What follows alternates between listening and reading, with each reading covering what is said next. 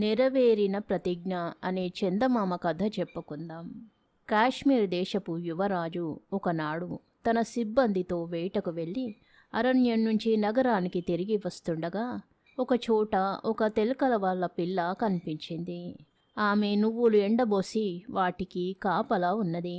యువరాజు పని పెట్టుకొని ఆమె దగ్గరకు వెళ్ళి, నువ్వులలో పుట్టి నువ్వులలో పెరిగిన నూనెవాడి కూతురా, నువ్వుల ఆకు కన్నా చిన్న ఆకేది అని అడిగాడు. ఆ యువరాజు తమ కులాన్ని వెక్కిరిస్తాడా అని పౌరుషం వచ్చి ఆ పిల్ల, పువ్వుల్లో పుట్టి పువ్వుల్లో పెరిగి భూమిని ఏలే రాజకుమారుడా, పువ్వులన్నిటిలోకి రెండే రెక్కలు గల పువ్వేది అని అడిగింది. ఆమె తన ప్రశ్నతోనే యువరాజు ప్రశ్నకు సమాధానం చెప్పేసింది. అది చూసి యువరాజు మండిపడి, నీవు చాలా కుశాగ్ర బుద్ధి గలదానివి, నిన్ను వదిలిపెట్టరాదు.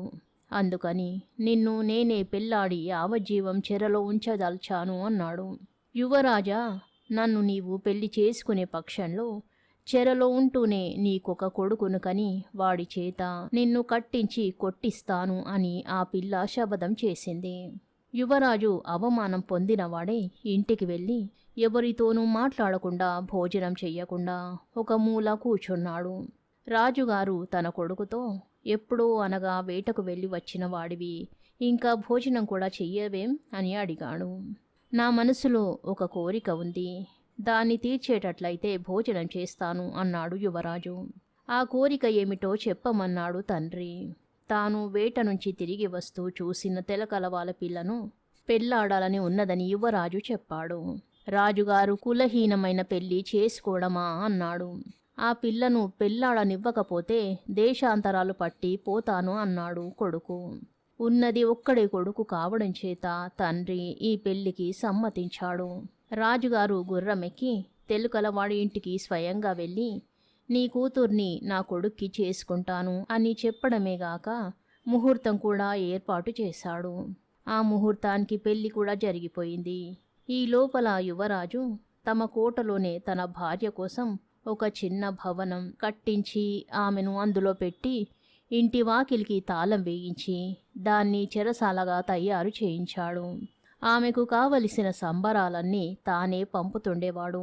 ఆమెకు పరిచర్యలు చెయ్యడానికి ఒక దాసీది ఉండేది. యువరాజు భార్య తన తండ్రి సహాయంతో పుట్టింటి లోపలి నుంచి తానున్న చెరసాల లోపలికి ఒక సొరంగ మార్గం అతి రహస్యంగా ఏర్పాటు చేయించుకుంది. అది మొదలు ఆమె తన దాసీతో పిలిచినప్పుడే రమ్మని చెప్పి తన ఇంటి తలుపులు లోపల గడియలు వేసుకుని రోజూ పుట్టింటికి వెళ్ళి వస్తూ ఉండేది. ఆమె కోసం ఆమె తండ్రి ఒక మంత్రగాన్ని, ఒక దొమ్మరివాణ్ణి వెతికి తెచ్చి వారిని తన ఇంట ఉంచి పోషించాడు. యువరాజు భార్య 3 ఏళ్లు శ్రమపడి వారి వద్ద మంత్ర విద్య, దొమ్మరి విద్యలు నేర్చుకున్నది.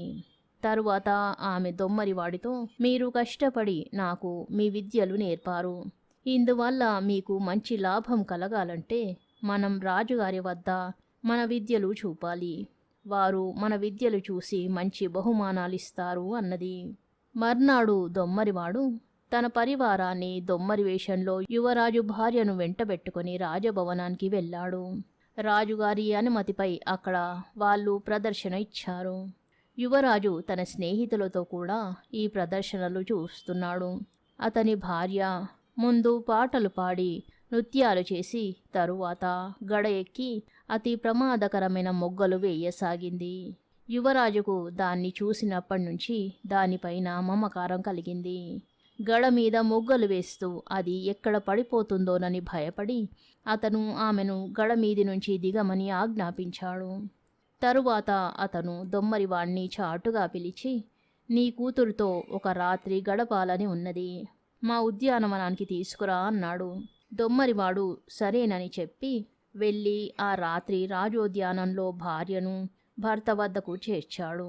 యువరాజు భార్య తెల్లవార్లు తన భర్తతో ఉండి తరువాత తన పుట్టింటికి వెళ్ళి అక్కడ భోజనం చేసి చెరసాలకు తిరిగి వచ్చింది. వెళ్ళిపోయేటప్పుడు యువరాజు ఆమెకు బహుమానంగా తన ఉంగరము మరికొన్ని ఆభరణాలు ఇచ్చాడు. యువరాజు భార్య గర్భవతి అయి సకాలంలో ఒక కొడుకును కన్నది. వాడు తాతగారి ఇంటనే పెరుగుతూ సకల విద్యలు నేర్చి పెద్దవాడైనాడు. యువరాజు భార్య తాను చేసిన ప్రతిజ్ఞ సగం నెరవేర్చుకున్నది. ఆమె తన భర్తకు ఒక కొడుకును రహస్యంగా కన్నది. ఇక వాడి చేత తండ్రిని కట్టి కొట్టించడమే తరువాయి. అందుచేత ఆమె ఒకనాడు తన కొడుకుతో జరిగినదంతా చెప్పి తన మిగిలిన ప్రతిజ్ఞ నెరవేర్చమన్నది. కుర్రవాడు ఇందుకు ఒప్పుకున్నాడు. వాడు వెంటనే బయలుదేరి అడవిలో కాపురముండే అవ్వ ఇంటికి పోయి, అవ్వా, నేను దిక్కులేని వాణ్ణి, నన్ను నువ్వే కాపాడాలి అన్నాడు. నా పశువులను కాస్తూ ఉండు నాయనా, నీకింత గంజి కాచిపోస్తూ ఉంటాను అన్నది అవ్వ. కుర్రవాడు ఆ ప్రకారమే అవ్వ దగ్గర ఉంటూ ఒక రాత్రి తన మంత్రశక్తి చేత రాజసౌధం ప్రవేశించి తన తండ్రి అయిన యువరాజు పడుకునే గది లోపలికి వెళ్ళి యువరాజు మీద మత్తుమందు చల్లి అతని మంచం కోళ్ళు ఊడదీసి వాటికి బదులుగా అరటి స్తంభాలుంచి అతని ఆభరణాలన్నీ తీసుకుని వెళ్ళిపోయి వాటిని ఏటి ఒడ్డున ఇసుకలో దాచి తెల్లవారే లోపల అవ్వ ఇల్లు చేరి పడుకుని నిద్రపోయి మళ్ళీ తెల్లవారేసరికి ఏమీ ఎరగనట్టు లేచి పశువులను మేపనారంభించాడు. తెల్లమారగానే యువరాజు గదిలో దొంగ ప్రవేశించినట్టు స్పష్టమైంది. రాజుగారు మంత్రిని పిలిచాడు. మంత్రి తలార్లను పిలిచి దొంగను పట్టుకోమని ఉత్తర్వు చేశాడు. ఆ రాత్రి మంత్రి ఇంట దొంగ పడ్డాడు. మంత్రి భార్య నగలన్నీ పోయాయి. రాజుగారు తలార్లను మళ్ళీ పిలిచి 2 రోజులలో దొంగను పట్టుకోకపోతే కఠినంగా శిక్షిస్తానన్నాడు. తలార్లు దొంగ కోసం వేరువేరు చోట్ల వెతకసాగారు. ఆ నగరపు తలారి పెద్దకు ఒక కూతురున్నది. దాని భర్త చాలా కాలం క్రితమే దేశాంతరాలకు వెళ్ళాడు. తిరిగి రాలేదు. తలారి అల్లుడి పేరు పుట్టు పూర్వోత్తరాలు కుర్రవాడు విచారించి తెలుసుకున్నాడు. వాడు తలారికి, ఆయన భార్యకు, మిగిలిన వాళ్లకు బట్టలు మొదలైనవి తీసుకుని వేషం మార్చుకుని తలారి ఉండే ఇంటికి పక్కగా ఉండే ఇంటికి పోయి, మా మామగారిల్లు ఎక్కడో చెప్పగలరా అని అడిగాడు. వాళ్ళు కొన్ని ప్రశ్నలు వేసి ఆ వచ్చినది తలారి అల్లుడే అనుకుని ఈ శుభవార్తను తలారికి తెలియజేశారు. తలారి భార్య చాలా సంతోషించి కుర్రవాన్ని తమ ఇంటికి తీసుకుపోయి సకల మర్యాదలు చేశారు. ఆ రాత్రి తలారి దొంగను పట్టుకోవడానికి బయలుదేరేటప్పుడు కుర్రవాడు, మామ, ఎక్కడికి ప్రయాణం అని అడిగాడు. దొంగను పట్టబోతున్నానని తలారి చెప్పాడు. తాను కూడా వస్తానని కుర్రాడు తలారి వెంట బయలుదేరాడు. వారు రాజవీధి వెంట పోతుండగా ఒక చౌకులో బండ కొయ్య కనిపించింది. మామా, అదేమిటి అని కుర్రాడు తలారిని అడిగాడు. అది బండ కొయ్య.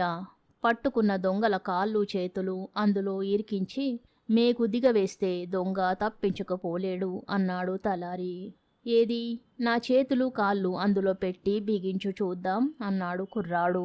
దేశాంతరాలు తిరిగి ఆ రోజే మళ్ళీ కనిపించిన అల్లుణ్ణి బండ కొయ్యలో ఇరికించడం భావ్యంగా ఉండదని తలారి, నువ్వెందుకులే, నేనే కాళ్ళు చేతులు దూరుస్తాను, నువ్వు మేకు దిగగొట్టు అన్నాడు.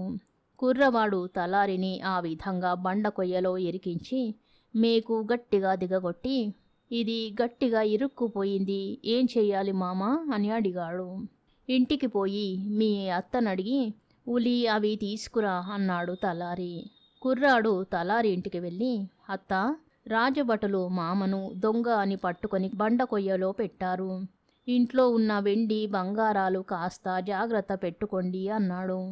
దాచేటందుకు నాకు మాత్రం చోటెక్కడుంది నాయనా, కొత్తవాడివి గనక అంతా నీ దగ్గరే ఉంచు అంటూ తలారి భార్య ఇంట్లో ఉన్న డబ్బు, విలువగల వస్తువులు కుర్రాడి చేతికిచ్చింది. వాడు వాటిని తీసుకుపోయి ఏటి ఒడ్డున ఇసుకలో దాచి అడవిలో అవ్వ ఇంటికి పోయి పడుకున్నాడు. తెల్లవారనాక రాజభటులు వచ్చి తలారిని విడిపించి ఏం జరిగింది అని అడిగారు. వాడే దొంగ అయి ఉండాలి, నా అల్లుడని నమ్మాను, చెప్పుకుంటే సిగ్గుచేటు అన్నాడు తలారి. ఈ సంగతి విని రాజు ఆశ్చర్యపడ్డాడు. మంత్రి మట్టుకు, మహారాజా, ఇవాళ నేనే స్వయంగా దొంగను పట్టుకుంటాను, ఈ పని తలార్ల వల్ల అయ్యేది కాదు అన్నాడు. ఆ రాత్రి కుర్రవాడు చాకలి వేషం వేసుకుని చింకిగుడ్డల మూటతో ఏటి ఒడ్డున చాకిరేవు దగ్గరికి వచ్చి అక్కడ వాటిని ఉతకనారంభించాడు. మంత్రి రక్షక భటులతో సహా అక్కడికి వచ్చి, ఏమిరా, ఈ వేలప్పుడు చాకిరేవు పెట్టావు అని అడిగాడు. ఏం చెయ్యను బాబూ, ఇంకాసేపటికి దొంగలు వచ్చి గుడ్డలు తీసుకుపోతారు. వాళ్ళ గుడ్డలే ఉతుకుతున్నా అన్నాడు కుర్రాడు. ఒరే, ఆ దొంగలను నాకు పట్టిస్తావా? 100 వరహాలిస్తాను అన్నాడు మంత్రి. దొంగలను పట్టాలంటే నేను చెప్పినట్టు చెయ్యండి. మీరు మీ రక్షక భటులు ఉంటే దొంగలు రారు.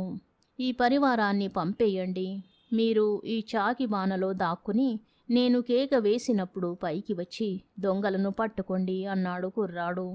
మంత్రి దొంగలు చిక్కినట్టే సంతోషించి తన వెంట ఉండే భటులను దూరంగా పంపేసి తన ఆభరణాలన్నీ తీసిపెట్టి తాను వెళ్ళి బాణాలో దూరాడు.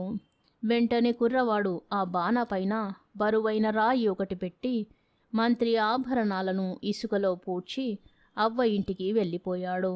మంత్రి దూరంగా పంపిన భటులు తెల్లవారిదాకా చూసి చాకిరేవుకు వెళ్ళేసరికి బాణాలు నుంచి మంత్రి పెట్టే కేకలు స్పష్టంగా వినిపిస్తున్నాయి.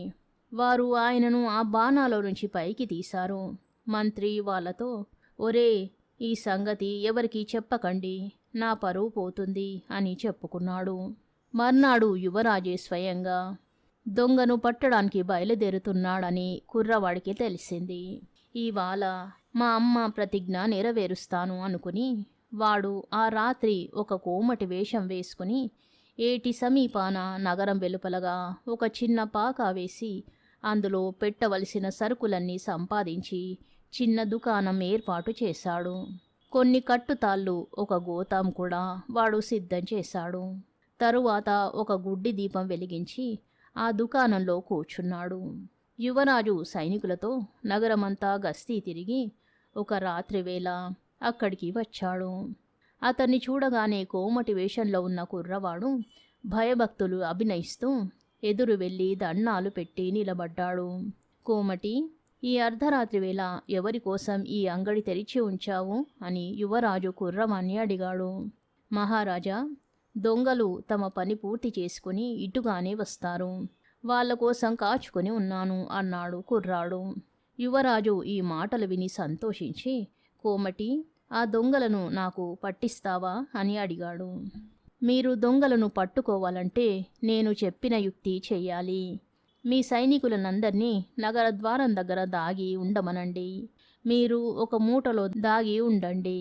దొంగలు రాగానే ఇదిగో మీ సరుకు అని వారికి మూట ఇస్తాను. అప్పుడు వారు మూట విప్పుతారు. మీరు పైకి వచ్చి కేక వేస్తే మీ సైనికులు వచ్చి దొంగలనందరినీ పట్టుకోవచ్చు అన్నాడు కుర్రాడు. నిజమేననుకుని యువరాజు తన సైనికులని దూరంగా పంపేశాడు. తన కత్తి, దుస్తులు, తలపాగా అన్నీ తీసి కోమటికిచ్చి తాను గోనె సంచిలో దూరాడు. కుర్రవాడు సంచి మూతిని తాళ్లతో గట్టిగా బిగించాడు.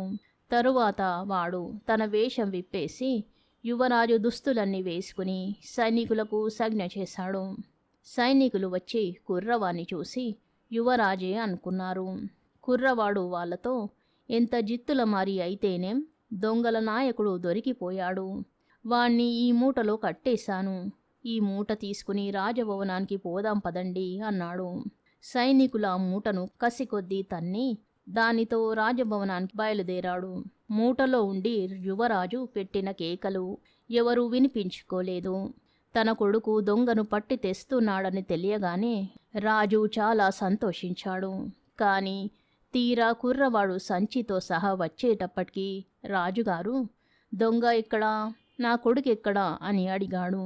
మహారాజా, దొంగను నేనే. యువరాజు గారు ఈ మూటలో ఉన్నారు.